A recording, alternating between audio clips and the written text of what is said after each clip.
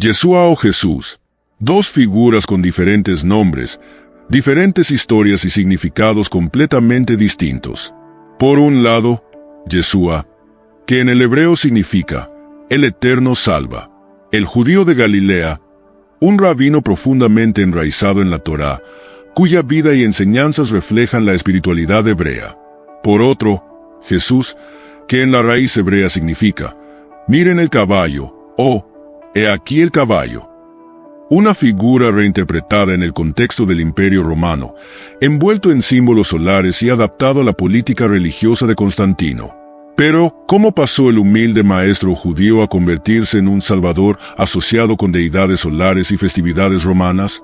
Este video explora cómo el emperador Constantino y Eusebio de Cesarea jugaron papeles clave en la transformación del cristianismo primitivo, mezclándolo con símbolos paganos y festividades como el Sol Invictus, con el propósito de unificar un imperio dividido.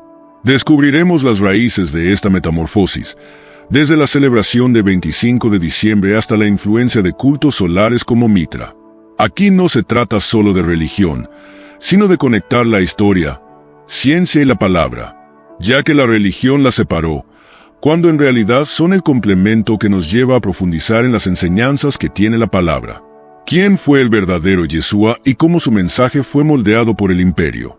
Acompáñanos en este viaje para desentrañar el enigma histórico y espiritual que divide a académicos y creyentes hasta hoy. Prepárate para una narrativa que desafiará todo lo que creías saber sobre la fe y su historia. Quédate hasta el final del video para ver las comparaciones entre uno y el otro. Constantino, el primer emperador romano que se convirtió al cristianismo, desempeñó un papel crucial en la transformación del cristianismo de una religión marginada a una fe dominante en el Imperio Romano. Con la ayuda de Eusebio de Cesarea, uno de los principales historiadores y teólogos de la época, Constantino utilizó el cristianismo para unificar su vasto imperio políticamente y religiosamente.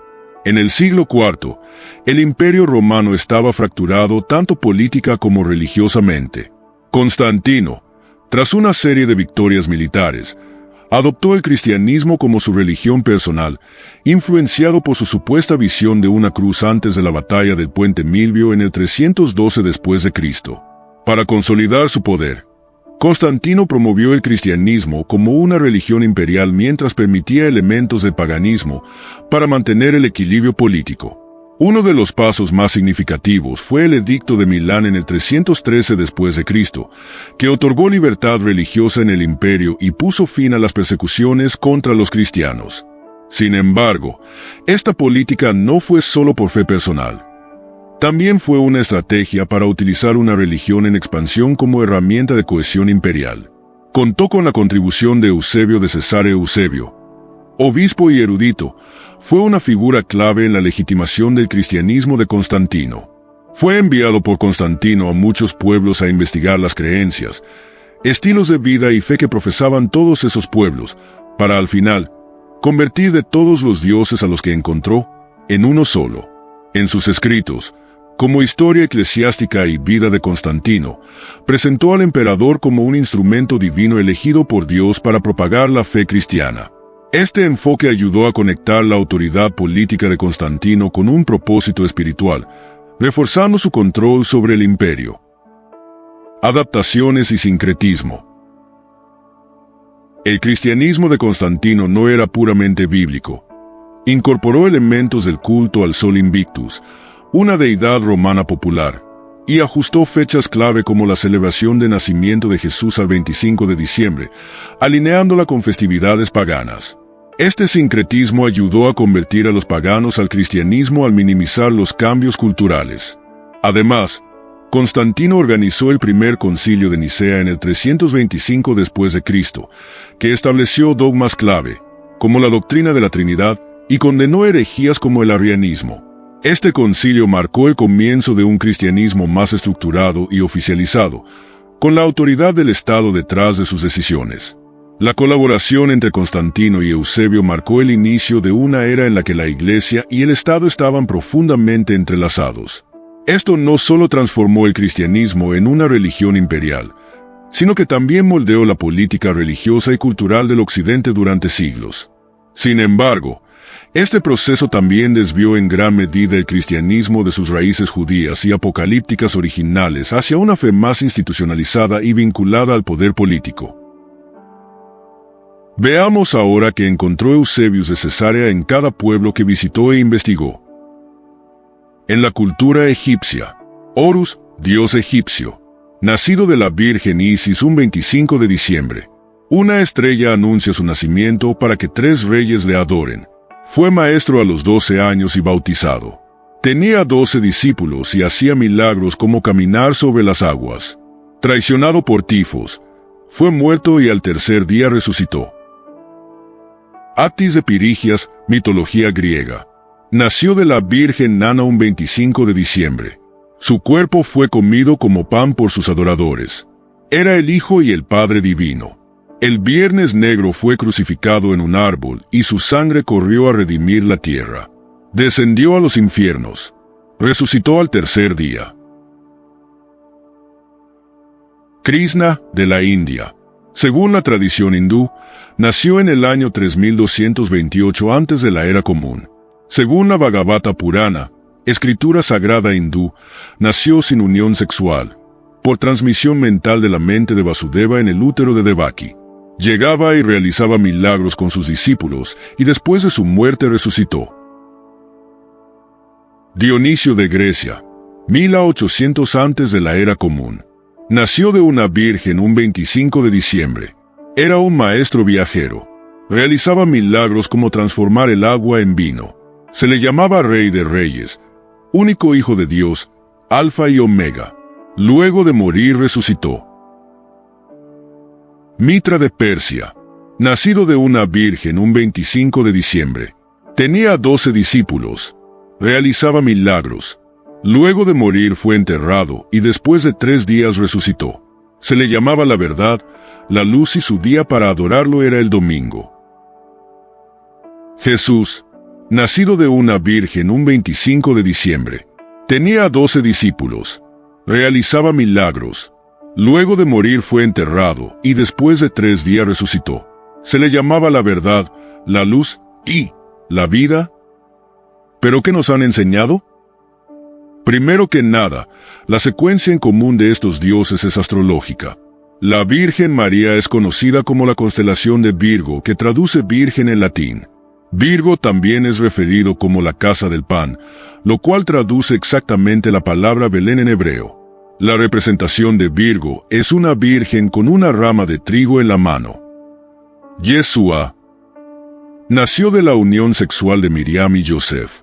No fue una estrella la que marcó su nacimiento a 3 reyes magos, sino como lo dice el Evangelio de Shem Tov, copia más antigua de Mateo, un disco, ovni, nave, guió a los sabios o astrólogos de Oriente denominando hacia algunos rabinos que vivían en Babilonia, que no fueron 3 y que jamás se llamaron Melchor, Gaspar y Baltasar, nombres absolutamente latinos y que fueron inventados para darle forma al mito religioso. Llevado al templo a los 12 años para que pudiera cumplir con el ritual judío del Bar Mitzvah. Jamás fue bautizado, ya que el bautismo jamás ha sido practicado por los judíos. Él sencillamente se sometió a un ritual de purificación denominado Tevilá. Si tú incluyes a las mujeres que le acompañaban a todos los lugares donde enseñaba Torah, sus discípulos no serían 12 sino más. Hablar del rabino Yeshua es hablar del que tenía autoridad para enseñar no solo en las sinagogas judías, sino en el mismo templo, y para eso tenía que cumplir las normas judías para llegar a ser rabino, como estar casado, tener 40 años, etc. Si hablamos de su muerte, fue colgado de un madero que era izado al tronco de un árbol y sus pies clavados a los lados del tronco. Por lo anterior, no estamos describiendo al Jesús, Dios solar de los míticos religiosos, sino al verdadero Mesías, un judío que jamás tuvo rasgos físicos europeos como los que conocemos a través de las imágenes idolátricas que Roma ha inculcado a su feligresía. Jesús. Nacimiento. Nace en un pesebre el 25 de diciembre, rodeado de animales. Para la fecha en Israel es temporada de invierno, en el cual la nieve es una constante. Si hoy en día es difícil acceder a ese lugar, imagínate ahora en esa época. Yeshua. Lucas 2, 6 al 7 nos dice, Y aconteció que estando ellos allí, llegó el cumplimiento del tiempo para que diese a luz. Y dio a luz a su hijo primogénito, y lo envolvió con mantas sacerdotales, y lo tenía en su regazo dentro de una sucá, porque no encontraron sitio para ellos en las posadas. Jesús. Los textos bíblicos aseguran que nació en un pesebre, y cuando los ángeles se lo anuncian a los pastores, estos los encuentran acostado en un pesebre junto a María y José. Yeshua. Y había en la misma región unos levitas pastores que estaban morando en Sucot en los campos y guardaban por turno las vigilias de la noche sobre los rebaños consagrados al templo, cuando de pronto un mensajero celestial se presentó ante ellos y la gloria de Hachem los rodeó de resplandor y tuvieron gran temor. Pero el malaj les dijo: no temáis, porque he aquí que os anuncio un gran mensaje de gran gozo para todo el pueblo de Israel, que hoy os ha nacido en la ciudad de David un Salvador, Adón Masías. Y esta será la señal: hallaréis a un niño envuelto en mantas sacerdotales y acostado en una sucá. Y repentinamente, junto al mensajero celestial, apareció una multitud de malajim alabando al Altísimo y diciendo: gloria al Altísimo en las alturas y salom en la tierra de Israel, a los hombres de su complacencia. Y sucedió que cuando los malajim se fueron al cielo, los levitas pastores se decían unos a otros: pasemos ahora mismo hasta Betlehem, y veamos esto que ha sucedido y que el Eterno nos ha revelado. Y sin perder tiempo, fueron y hallaron al niño acostado en una sucá, juntamente con Miriam y Joseph. Jesús y los magos. Fue visitado por 3 reyes magos y le ofrecen como tributo u ofrenda de adoración oro, incienso y mirra. Estos 3 reyes magos responden a los nombres de Melchor, Gaspar y Baltasar. La primera vez que surge el nombre con que hoy conocemos a los Reyes Magos es en la iglesia de San Apolinar Nuovo, en Rávena, Italia. El friso de la imagen está decorado con mosaicos de mediados del siglo VI que representan la procesión de las vírgenes. Esta procesión está conducida por 3 personajes vestidos a la moda persa, tocados con un gorro frigio, y su actitud es la de ir a ofrecer lo que llevan en las manos a la Virgen, que está sentada en un trono y tiene al niño en su rodilla izquierda. Encima de sus cabezas se pueden leer 3 nombres: de derecha a izquierda, Melchor, Gaspar, Baltasar. Poco a poco la tradición ha ido añadiendo otros detalles a modo de simbología. Se les ha hecho representantes de las 3 razas conocidas en la antigüedad, representantes de las 3 edades del hombre y representantes de los 3 continentes, Asia, África y Europa. La llegada de los Reyes Magos es un tema tratado también en los evangelios apócrifos. Según la tradición esotérica aplicada al cristianismo, estos personajes procedían del lugar donde se encontraba el preste Juan. Otra leyenda cuenta que después de la resurrección de Jesús, el apóstol Tomás los halló en Saba. Allí fueron bautizados y consagrados obispos. Después fueron martirizados en el año 70 y depositados en el mismo sarcófago. Los restos fueron llevados a Constantinopla por Santa Elena. Posteriormente, Federico I Barbarroja, en el siglo XII, los trasladó a Colonia, donde hoy reposan con las coronas que supuestamente llevaron durante su existencia. Miles de peregrinos empezaron a llegar a Colonia, lo que propició que en 1248 se iniciara la construcción de la Catedral de Colonia, que llevaría más de 600 años terminarla. Hoy día es uno de los monumentos góticos más impresionantes de Europa. Colonia se ha convertido junto con Roma y Santiago de Compostela en uno de los grandes centros de peregrinación. Igualmente, existen leyendas que hablan de un cuarto rey mago. Yeshua. Habiendo pues nacido Yeshua en Beit-Lehem de Yehudá durante los días cuando reinaba Herodes, he aquí que vinieron desde el oriente hasta Jerusalén unos sabios que decían: ¿dónde está el que ha nacido para ser rey de los judíos? Porque su luz hemos visto en el oriente y venimos para honrarle. Al saber del asunto, el rey Herodes se turbó en gran manera, y con él también toda la ciudad de Jerusalén fue conmovida. Y habiendo reunido a los más importantes Coanín, así como a los maestros que enseñaban al pueblo la Torá, les preguntaba nerviosa e insistentemente acerca del lugar donde debía nacer el Masías. Ellos, de común acuerdo, le dijeron: en Beit-Lehem de Yehudá, porque así fue escrito por medio del profeta: y tú, Beit-Lehem Efratá, aunque pequeña entre los príncipes de Yehuda. De ti saldrá uno que gobernará por mí a Israel.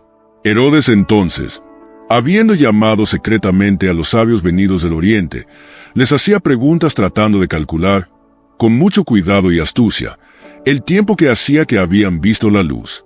Así que los dejó partir hacia Beit-Lehem, pero con estas instrucciones: id de allá y buscad con mucho cuidado al niño, e inmediatamente que lo encontréis, venid a mí para que yo también vaya inclinándome delante del le brinde mis honores. Ellos, habiendo acordado con el rey que así lo harían, se marcharon, y he aquí que la luz que habían visto al principio en el oriente se movía delante de ellos, hasta que se detuvo sobre el lugar donde se encontraba el niño. Al ver de nuevo la luz se regocijaron profundamente con cantos y danzas, hasta que llegaron a la casa y entrando vieron al niño con su madre Miriam. Entonces se inclinaron delante de él y le ofrecieron sus reconocimientos reales, y abriendo sus equipajes, he aquí que le traían regalos de oro, de incienso y mirra. Pero siendo avisados en un sueño que no volviesen a Herodes, regresaron a su tierra por otro camino. Ahora vemos qué dice el texto hebreo de Chemdo, la copia más antigua que existe del libro de Mateo. Y sucedió que cuando nació Yeshua en Bet-Lehem de Yahudá, en días de Herodes el rey, he aquí que unos observadores de los astros vinieron del oriente a Jerusalén, diciendo: ¿Dónde está el rey de los yahuditas que ha nacido? Hemos visto su disco en el oriente y con regalos importantes hemos venido para reverenciarlo. Y ellos hicieron caso al rey y se fueron. Y he aquí el astro que vieron en el oriente iba delante de ellos hasta que llegaron al lugar. Y cuando entraron en Bet-Lehem, éste se detuvo delante del lugar donde estaba el niño. Y sucedió que cuando vieron el astro se regocijaron con un gozo inmensamente grande. Y ellos entraron en la casa, y lo hallaron, y a Miriam su madre, y se arrodillaron delante de él, lo reverenciaron y abrieron sus sacos y le trajeron regalos de oro e incienso y mor, en lengua extranjera, mirra. Jesús inicia su vida religiosa. Según los textos bíblicos, al cumplir los 8 días de nacido, le colocan el nombre de Jesús, nombre que fue ordenado por un ángel y es llevado al templo para la circuncisión. Yeshua. Lucas 2, 21 al 24. Y cuando se cumplieron los 8 días desde su nacimiento, llegó el momento de hacerle el Brit Milá. Su padre ordenó: su nombre será conocido en Israel como Yeshua. Este fue dado por el Malaj antes de que el niño fuese concebido en el vientre. Y cuando se cumplieron los días de su purificación, como establecidos por la ley de Moisés, subieron con él a Jerusalén para presentarlo ante el Eterno, como está escrito en la Torá del Eterno: todo varón que abre la matriz será llamado Kadosh para el Eterno, y para llevar un sacrificio conforme a lo dicho en la Torá del Eterno, un par de tórtolas o 2 pichones de palomas. Jesús. El niño Jesús es llevado a conocer el templo, donde se le extravía a sus padres y es encontrado discutiendo con los sacerdotes. Yeshua. Y cada año en la fiesta de Pesaj, sus padres subían a Jerusalén. Y cuando cumplió los 12 años de edad, al subir a Jerusalén conforme a la minag del Moud, y haber concluido los días, mientras regresaban, el jovencito Yeshua se quedó en Jerusalén y sus padres no se dieron cuenta. Y dando por hecho que estaba entre la multitud de fieles que regresaban, anduvieron camino de un día y entonces comenzaron a buscarlo entre los familiares y los conocidos, pero al no hallarlo, se volvieron a Jerusalén buscándolo. Y sucedió que después de 3 días, lo encontraron en el templo, sentado en medio de los rabinos, no solo oyéndolos, sino también haciéndoles preguntas de la Torá. Y todos los rabinos que le oían se sorprendían de su inteligencia, y de la sabiduría de sus respuestas. 48 Y al verlo se sorprendieron y su madre le dijo: Hijo, ¿por qué nos has hecho esto?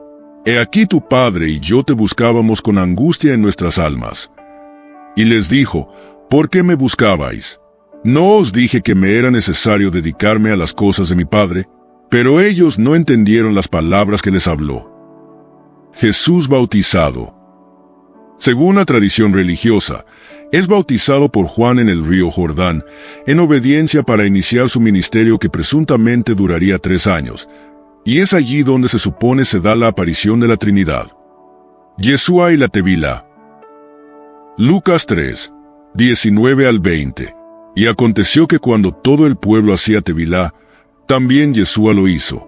Y mientras decía la bendición, se le rasgó el cielo, y descendió la presencia divina sobre él en una figura corporal, como una paloma, y se oyó un bácol desde el cielo. Tú eres mi Hijo, el amado, pues en ti me complací. Jesús inicia su ministerio. Luego de ser llevado al desierto para ser tentado, inicia públicamente su ministerio llegando al templo a leer la ley.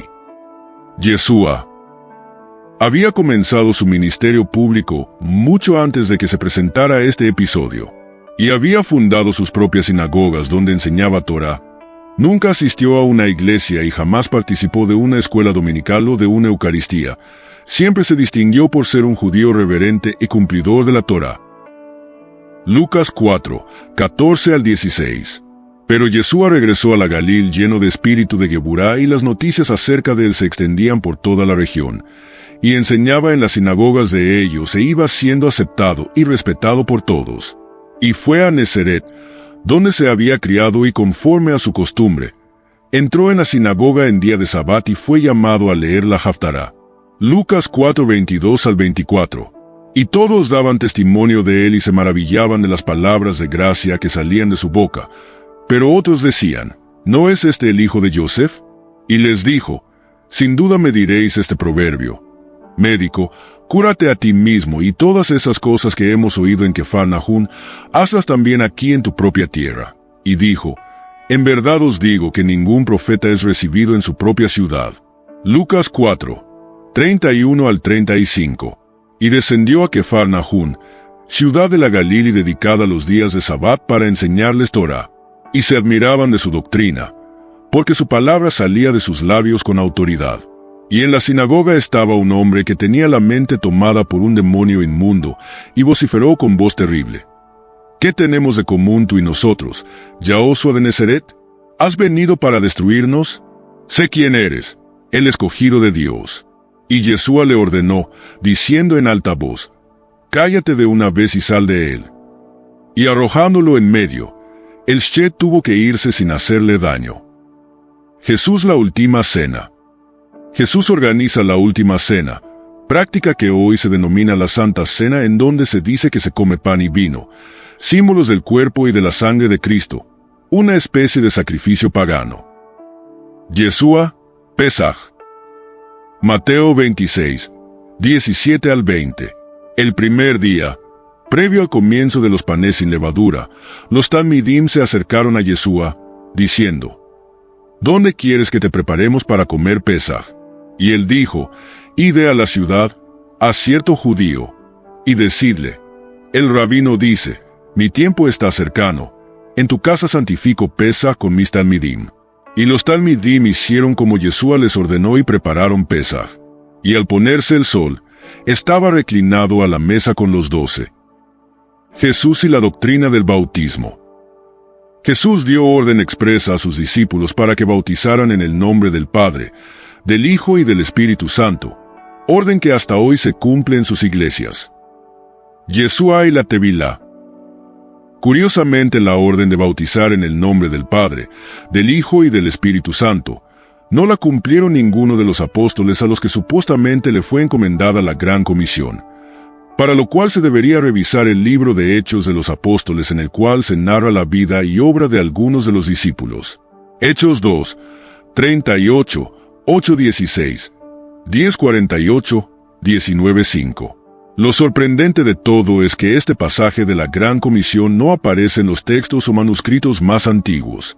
Y acercándose Yeshua, les habló diciendo: toda autoridad me ha sido dada, en el cielo y en la tierra. Id con urgencia y hacedme tantos talmidim como podáis entre todas las naciones. Mateo 28, 18. El texto de Mateo de Shem Tov. Y Yeshua se acercó a ellos y les dijo: a mí se me ha dado todo poder en el cielo y en la tierra. Vayan ustedes y enseñen, les a guardar todas las palabras que les he mandado para siempre. Muchas de las doctrinas que hoy se le adjudican a Jesús son un plagio acomodado de las verdades que enseñó Yeshua, el rabino de Israel. el cual cumplió con las exigencias profetizadas acerca del Mesías judío. El personaje ficticio y pagano de Jesús hoy en día es adorado y reconocido como Dios del cristianismo, violando la estructura monoteísta de la Torá. Podríamos afirmar que el cristianismo en la práctica es una religión politeísta donde interactúan tres dioses acompañados de un santoral que hacen las veces de mediadores o intermediarios ante sus dioses y la humanidad. Hay muchas pruebas, tanto en la Biblia literal como de manera codificada, de que Yeshua es el Mesías prometido de Israel. Su nombre aparece codificado en el texto hebreo. Y aún así muchos judíos como los ortodoxos no aceptan al Mesías, porque tienen la imagen del Mesías Jesús inventado por Roma y Grecia. Danos tu opinión acerca de esta investigación. ¿Crees que hubo un plagio bien amañado del Mesías real de Israel? Si te gustó este video, dale like y suscríbete para más contenido. Hasta la próxima.